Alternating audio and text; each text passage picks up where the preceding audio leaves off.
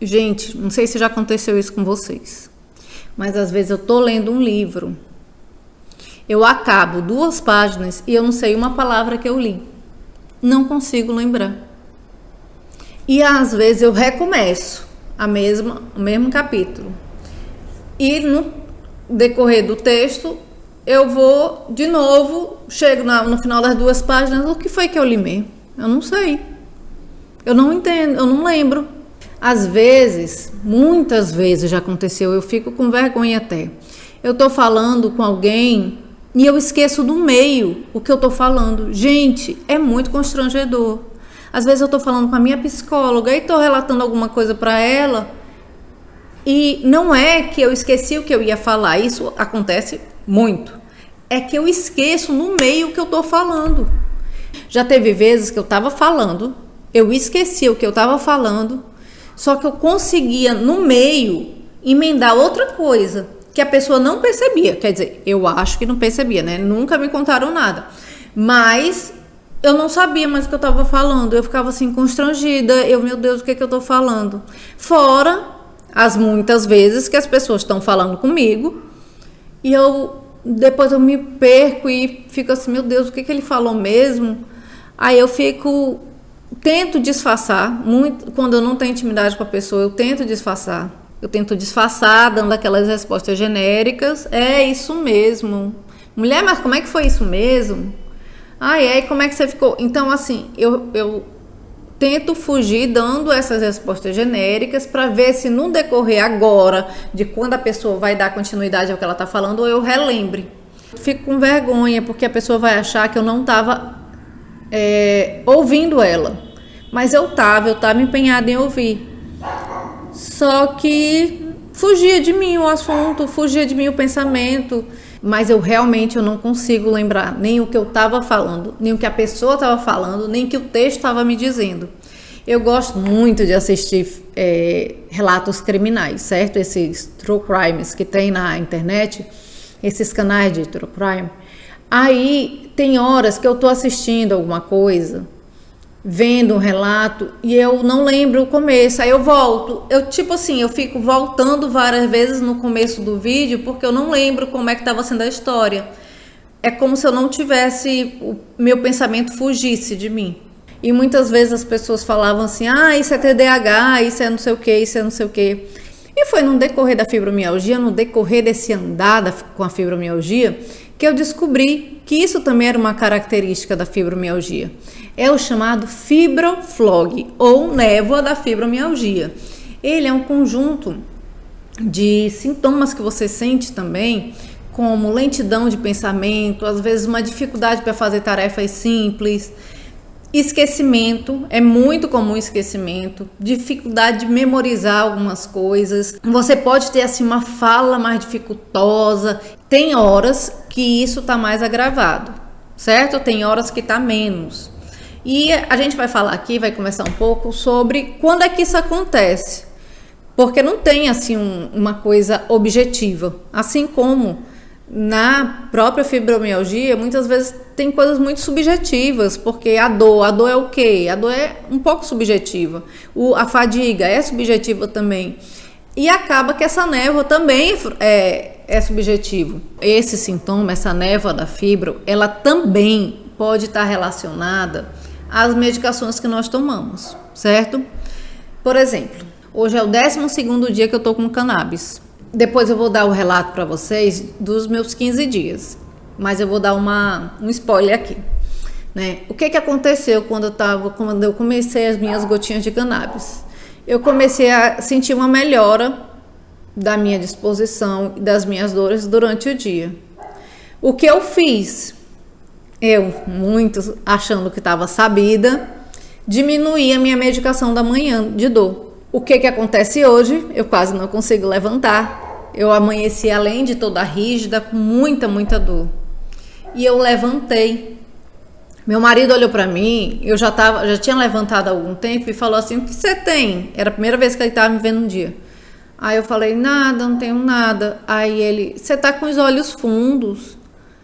Você tá com dor? Aí eu tô com dor. Aí foi quando eu falei assim, eu não vou resistir, eu vou ter que tomar de manhã, né? Aí eu peguei e fui tomar a medicação. O que eu queria fazer com esse breve relato? É que eu, por achar que eu já estava bem, eu diminuí uma medicação, achando que ia melhorar essa névoa, esses esquecimentos. Gente, o que acontece? Não é só a medicação que vai causar isso. Não é só a fibromialgia que vai causar isso. É a falta de um sono restaurador que também vai causar isso. A fibromialgia é a gente estar tentando equilibrar o tempo todo o que a gente quer estar sentindo, entendeu? Você quer estar tomando a medicação e está um pouco melhor das dores e está esquecida por conta da medicação, ou você quer não tomar medicação, tá com dor e tá com esquecimento? Porque tanto a medicação, a medicação que eu tomo, que é a pregabalina e a duloxetina, tanto a medicação, ela pode piorar o meu esquecimento, quanto se eu não tomar medicação, eu não tenho sono restaurador, não consigo ir para academia, como hoje de manhã eu não consegui ir para academia, e acaba que eu tenho esquecimento, entendeu? Então você sempre vai ter que estar conversando com o seu médico para ajustar essas doses, para que você consiga balancear esses sinais e sintomas que você está sentindo. Vou contar um exemplo para vocês. Eu fui comprar um colchão para o meu filho. Eu sabia que a largura da cama tinha que ser o colchão de 80 centímetros. Aí eu entrei lá na Magazine Luiza, pesquisei. Quando chegava colchão de 70 centímetros, eu não comprava. Aí ficava pesquisando, salvava os de 80 centímetros. Gente, eu comprei o colchão. Quando o colchão chegou, era de 70 centímetros. O que aconteceu? Aí eu peguei, a Magazine Luiza tá doida. Aí eu fui lá, na Magazine Luiza, lá no meu coisa. Gente, eu tinha comprado realmente o colchão de 70 centímetros. Eu pesquisei, eu excluí todos os colchões de 70 centímetros da lista que eu tava fazendo. No final, eu comprei o colchão de 70 centímetros. Agora a cama do menino tá assim, o colchão do menino tá assim. Aí ele brigou até comigo. Ele falou assim: ai, mãe, tu sabe que tu tem esse esquecimento, tu tem que anotar. Ele falou assim: mãe, como é que tu não comprou o colchão certo? Eu falei: eu não sei, eu peguei, fui lá, tirei a medida, ficava lá salvando os colchões. Na hora de finalizar, eu comprei o colchão errado. Meu povo, teve outra que eu fiz. Eu sou responsável por fazer o pagamento das contas de casa. Meu marido transfere o dinheiro para mim e eu vou lá e faço os pagamentos. O que aconteceu? Teve um dia, eu estava aqui em casa muito sabidamente, estava estudando, eu acho, estava lendo alguma coisa. Aí a minha amiga que estava aqui em casa falou assim: Cíntia, tem uns homens aqui dizendo que vão cortar a luz. Aí eu falei: como assim cortar a luz? Vão cortar a luz porque tu não pagou. Aí eu falei: que absurdo. Aí eu fui lá no portão, falei: gente, óbvio que eu paguei, eu pago todos os meses a luz. E aí, meu povo, eu chamei meu marido, falei assim: amor, fica aí que eu vou lá ver. Vou lá ver, pegar o comprovante, que eu tenho certeza que eu paguei, porque todo mês eu pago. Meu povo, quando eu cheguei lá, eu não tinha pago a luz. Eu tive que voltar e falar assim: moço, desculpa, realmente eu não paguei a luz. Quando eles cortam é porque você não pagou há 60 dias, né? No mês anterior. Realmente eu não paguei a luz. Aí ele cortou a luz, nós passamos o dia sem luz. Aí, graças a Deus, eu consegui pagar a luz e ligar para a Enel para pedir para virem religar. E quando foi 6 horas, vieram religar. Gente, nesse dia que cortaram a luz, eu fiquei arrasada. Eu falei: meu Deus, eu pelo meu esquecimento, estou fazendo a minha família ficar sem luz. E olha que eu pego um papelzinho, eu escrevo que eu paguei já. Quando começa o mês que eu tenho que pagar as contas, eu já escrevo tudo que eu paguei. Engraçado, nós temos uma casa na frente e uma casa atrás. Nós conseguimos nesse dia sobreviver puxando a energia sobreviver não, né? Ter luz naquele dia, puxando a energia da casa de trás, né? Através de tomadas e extensões e tudo para ligar algumas coisas. Olha só como é. Eu paguei a energia da casa de trás, que não é a casa principal, e não paguei a da minha casa. Vocês estão vendo como são coisas assim que você esquece, você esquece. Então, quais são as alternativas que eu utilizo, certo? Mas eu tenho que ter cuidado para que eu não boicote as minhas próprias alternativas que eu tenho para burlar esse meu sintoma, certo? Primeiro é ter Além de tudo aquilo que a gente já fala normalmente, o sono de qualidade, exercício físico, essas coisas. O que é que eu procuro? Eu procuro fazer listas. Todo mundo sabe que vai no supermercado faz listas, mas eu tento fazer lista, eu tento deixar no celular, porque às vezes eu estou no supermercado, vou no celular e vejo.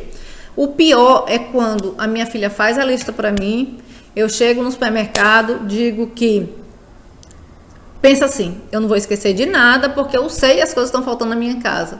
Faço supermercado, não vejo a lista, chego em casa, está faltando o principal que eu fui comprar.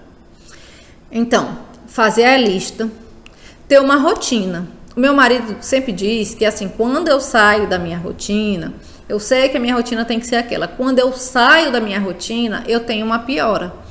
Então eu preciso ter uma rotina, eu preciso fazer essa lista, além de fazer a lista, checar se eu fiz as coisas daquela lista, checar se eu fiz os pagamentos daquela lista. E uma das coisas que eu acho que é importante também, que eu comecei a fazer, principalmente depois que eu comecei a fazer terapia, e que a minha psicóloga falava, Cíntia, tenta fazer meditação. E muitas vezes eu coloco a meditação para eu fazer na hora de eu dormir, né?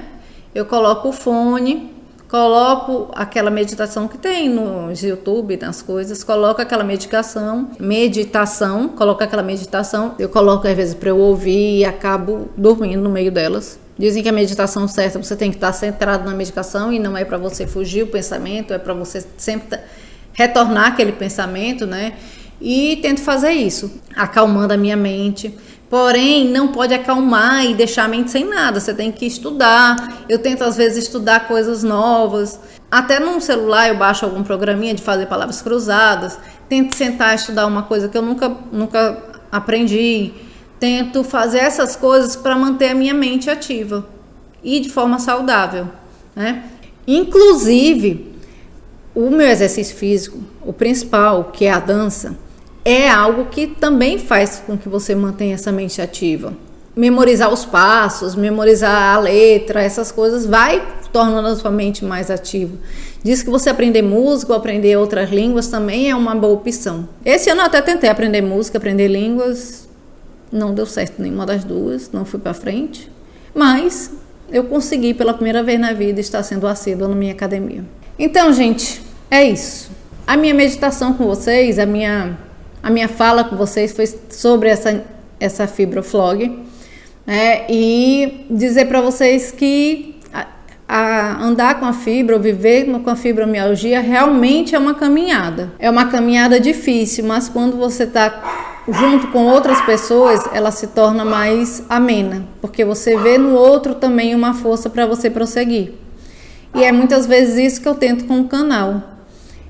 É poder ouvir através das falas de vocês que eu não estou sozinha nessa caminhada, que eu não estou doida nessas minhas dores, nesses meus esquecimentos, mas que tem pessoas que passam pelo que eu passo também e conseguem ter empatia pela minha dor. Certo? Então, até o próximo vídeo. Beijos para vocês, dias sem dores, eu desejo a vocês e até mais.